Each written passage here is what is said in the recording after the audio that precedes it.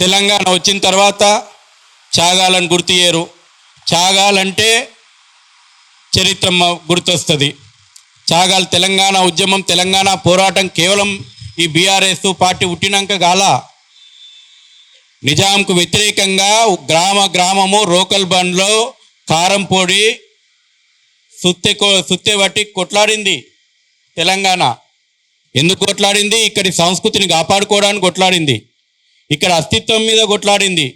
తెలంగాణ వచ్చిన తర్వాత ఇదే వేర్పాటువాద భావజాలము, ఇదే తుకుడే భావజాలం పోయి నిజాం సమాధికి గులాంగిరి చేస్తారా మీరు?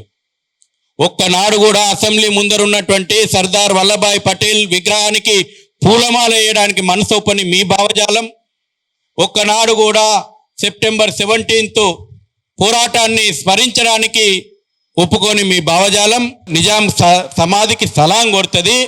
ఎక్కడో టర్కీలో నిజాం వారసుడు చచ్చిపోతే ఇక్కడికి తీసుకొచ్చి అధికారిక అంత్యక్రియలు చేస్తారా మీరు?